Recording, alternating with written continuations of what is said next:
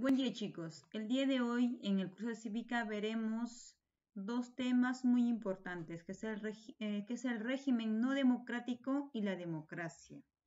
Haremos una introducción al tema de la democracia, pues la siguiente semana trabajaremos la función de la democracia también. ¿Qué son regímenes no democráticos?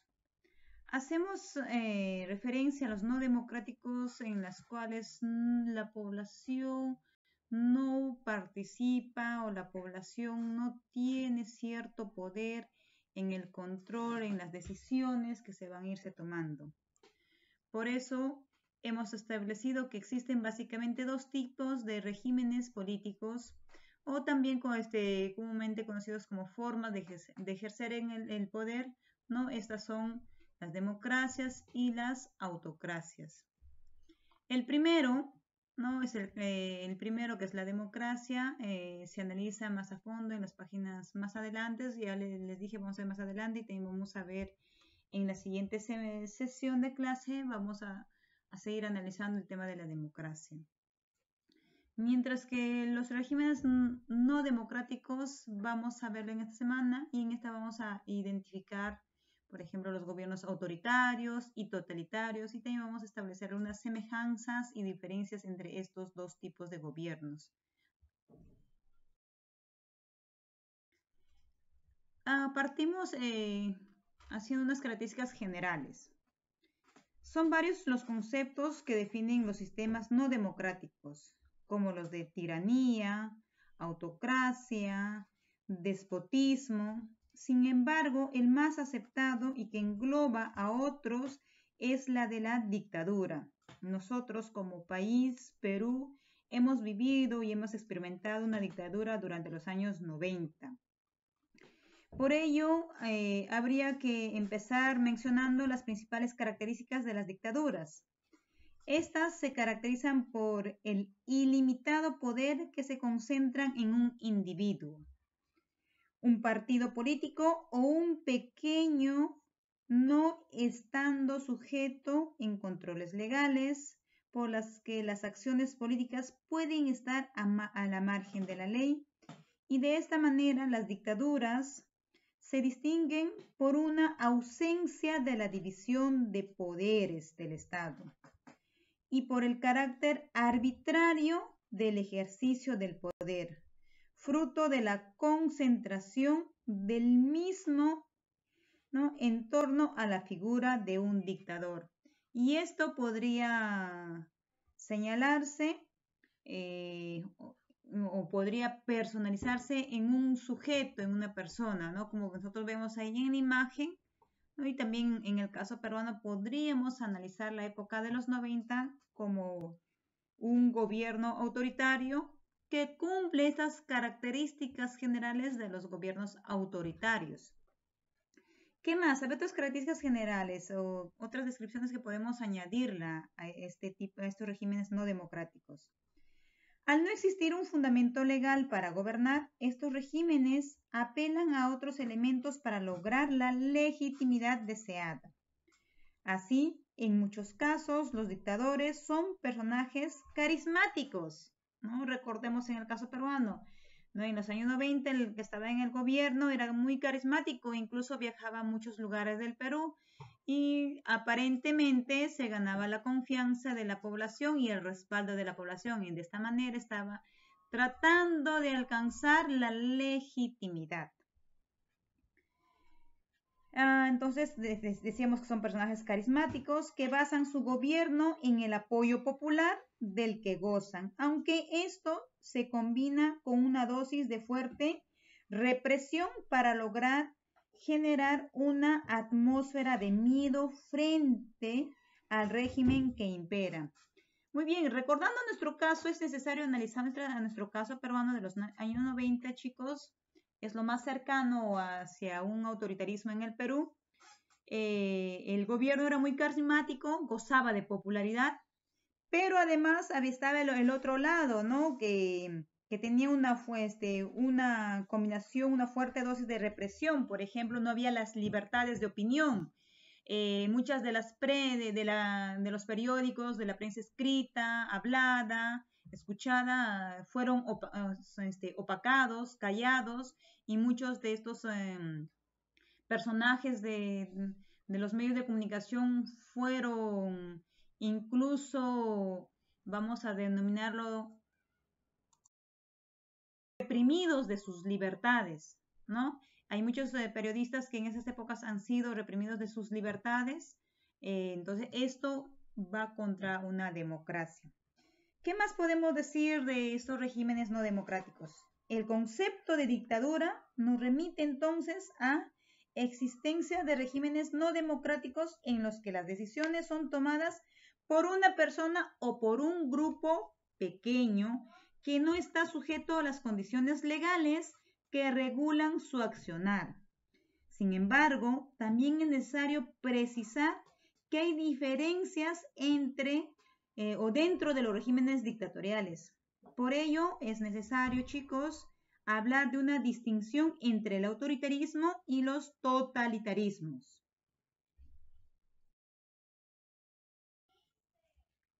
Bien, entonces vamos a ver los autoritarismos y los totalitarismos. Las principales diferencias en torno a estos sistemas políticos autoritarios y totalitarios tienen que ver con la forma de ejercer el poder. Recordemos, ¿con qué? Con la forma de ejercer el poder. Al mismo tiempo que diferencian por el grado de control que cada uno de estos tipos de gobierno ejerce sobre la sociedad. En este sentido, muchachos, es necesario resaltar que hay distintos grados de dureza y de represión en estos dos regímenes, lo cual ayuda a entender que las transiciones democráticas son factibles de realizarse en gobiernos autoritarios, mas no en los totalitarios. Entonces, ¿cómo así, Miss? Entonces, un gobierno autoritario puede haber una transición de la democracia, quiere decir que podemos ir a recuperar la democracia, mientras que un gobierno totalitario no podemos. Miss, entonces, ¿qué hubo en el Perú? ¿Autoritario o totalitario? En el Perú en los años 90 vivimos una época del autoritarismo, de la época dictatorial. ¿Qué más podemos añadir a esta diferencia entre los regímenes autoritarios y totalitarios? Bien, los sistemas totalitarios se caracterizan por la ausencia del pluralismo político, ¿ya?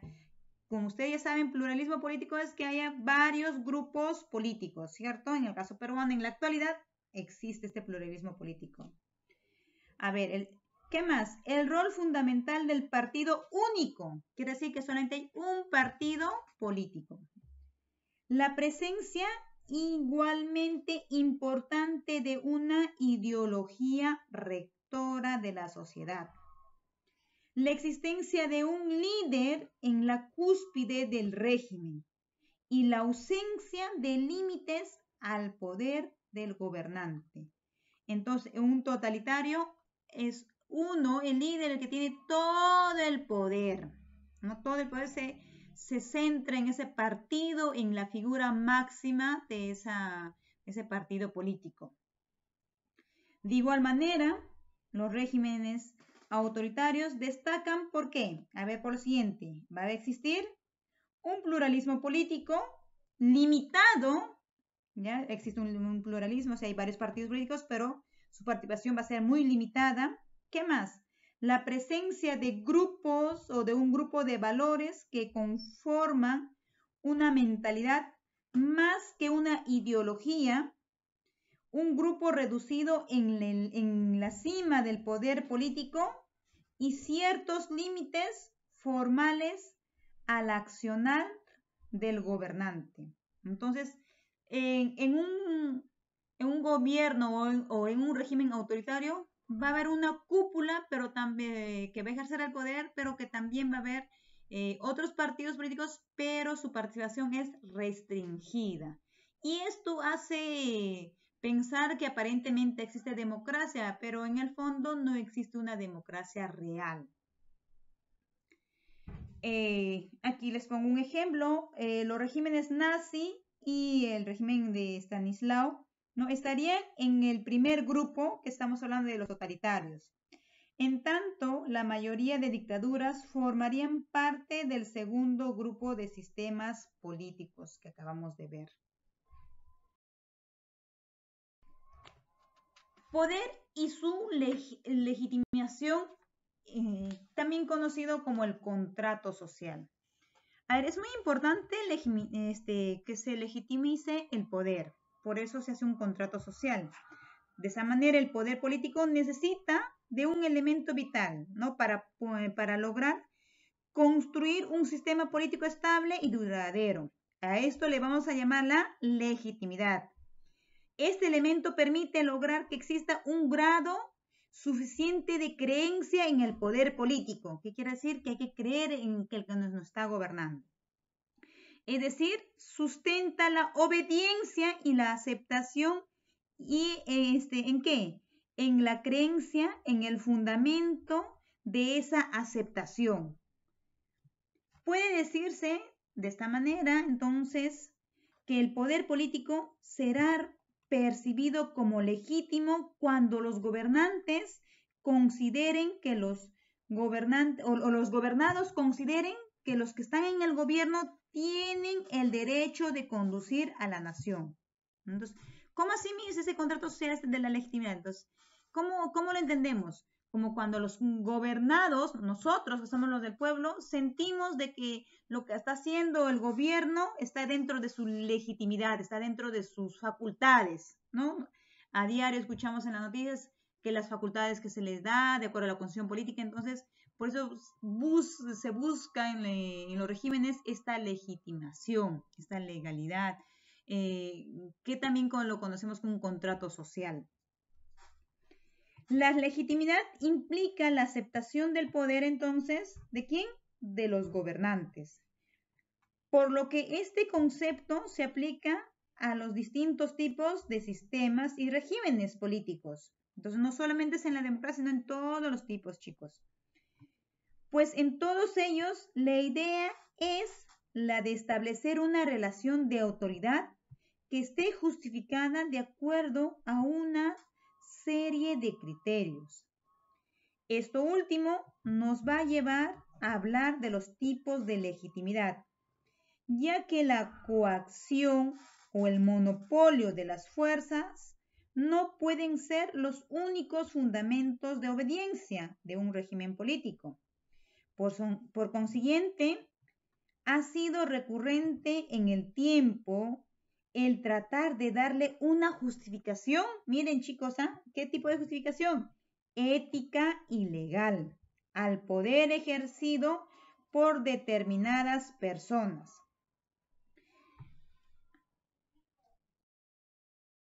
Entonces, a continuación, chicos, vamos a hablar de estos tipos de legitimidad política que se han establecido para que se reajusten o se legalicen los accionares de los políticos, de los regímenes políticos que estamos trabajando. Antes de mencionar las variantes en torno a la legitimidad política, habríamos que recordar primero, muchachos, la existencia de algunos factores que pueden llegar a proporcionar la justificación que este sistema necesita. Así podemos decir que es el miedo es un factor que origina la obediencia, en tanto existen una serie de sanciones que pueden ser aplicables a quienes no obedezcan las reglas del sistema. Otro factor sería la costumbre, es decir, la habituación a la obediencia de ciertas normas que logran crear una atmósfera de estabilidad, pues no se cuestionan las mismas. Y finalmente, cabría mencionar el interés que ésta presenta en la relación que se establecen los individuos con el Estado. Entonces, de esta manera que está haciendo, estamos trabajando los tipos de legitimidad. Bien, podemos ir señalando, vistos estos casos, ¿no? Podemos referirnos a elementos propiamente políticos que va a asegurar la obediencia al Estado. Entonces, vamos a partir hablando de la legitimidad de Max Weber. Max Weber elaboró una tipología sobre la dominación para explicar el tema de la legitimidad de los distintos regímenes políticos.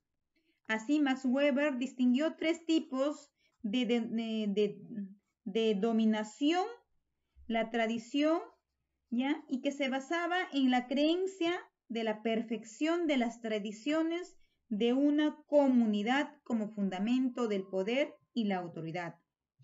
Por lo que en su gobierno es legítimo en tanto se basa en esos valores tradicionales. Muy bien, entonces, miren, un primer principio nos está hablando de las tradiciones, Max Weber. Y nos señala además, dice, un claro ejemplo de este tipo sería las monarquías de la actualidad, ¿no? Desde que podemos verlo, por ejemplo, en España todavía vemos monarquías, ¿no? Un segundo tipo de dominación sería la carismática, es decir, la que apela a la creencia de las cualidades, peculiaridades y excepcionales que determina la figura política, ¿no? Y eso es lo que buscan, ¿no? Los políticos ser carismáticos, caer bien a las personas. Dice Max Weber, la cual por estas virtudes es la llamada a diseñar el orden de la sociedad. Un claro ejemplo de esta, nos dice Max Weber, sería el de tipo de legitimidad que lo vamos a ver en los gobiernos populistas y en los tipos de gobiernos de los caudillos, como fue, por ejemplo, en el gobierno ¿de quién podemos señalar aquí como un ejemplo? En el gobierno de Italia fascista, ¿no? Que es el gobierno de Mussolini, donde se repetía esta frase famosa, ¿no? Mussolini nunca se equivoca. Bien, o una tercera, característica un tercer tipo de legitimidad que nos señala Max Weber es la que tenemos la legitimidad legal nacional, que se justifica en la creencia en la legalidad y los procedimientos racionales. Mire, estamos usando el término de la racionalidad, ¿no? Lo que es racional, como el fundamento del orden político. Es decir, que hay un cuerpo de leyes establecidas que son las que determinan la legitimidad del gobernante. Un ejemplo en este sentido podemos señalar que serían los gobiernos democráticos que eligen a sus gobernantes en elecciones transparentes de acuerdo a lo que se establece en la Constitución, ¿no? Pero que de ahí vamos a irlo analizando uno por uno. Bien, ahora, ¿qué es la democracia? Vamos a hacerlo una introducción porque en la siguiente clase vamos a seguir hablando de la democracia. Entonces, de todos los regímenes políticos, sin lugar dudas, el que goza de mayor legitimidad es el democrático. ¿Por qué? Porque en esta hay mayor aceptación, se ha visto reafirmada en los últimos 20 años, ¿no? Sobre todo a partir de la caída del muro de Berlín, históricamente hablando, y el fin de la Guerra Fría, en muchos gobiernos el término democracia es utilizado para darle sentido positivo al accionar política. ¿Por qué? Porque la democracia significa poder del pueblo, pues es el pueblo el que tiene el dominio, es el pueblo el que elige a sus representantes, elige a sus gobernantes. Vamos a hablar de una pequeña evolución de la democracia. Etimológicamente, democracia significa gobierno, ¿no? Y del pueblo. Y alude a la forma de gobierno que se practicó en la Atenas del siglo V a.C., por lo que muchos siglos después se hizo referencia a la democracia ateniense como el modelo a seguir. Este sistema se caracterizaba por la discusión de los principales problemas de la ciudad en esa época, ¿no? Lugar en el que se tomaban las decisiones por aclamación. De esa manera nace la democracia. Entonces, de esta manera estaba dándose el ejercicio directo del poder de los ciudadanos, ya que existía una rotación de los cargos públicos, los dos principios básicos de esta forma de gobierno fueron la isonomía, es decir, la igualdad de todos ante la ley, y la isegoría, que significa derecho de todos a expresarse libremente. Sin embargo, cabe resaltar que solo los ciudadanos podían participar en esas reuniones, no pudiendo hacerlo ni las mujeres ni los esclavos. Además, un elemento básico que permite entender el funcionamiento de la democracia en Atenas es el limitado tamaño de la ciudad en la cual se practicaba este tipo de gobierno, ¿no? Que era gobernada, ¿no? Es una ciudad muy pequeña, no podemos comparar con las actuales ciudades que existen en el mundo. Esto nos lleva a plantear la diferencia que existe entre la democracia clásica y la democracia moderna, por cuanto a partir del siglo XIX se empiezan a gestar las democracias representativas. En efecto, para los griegos,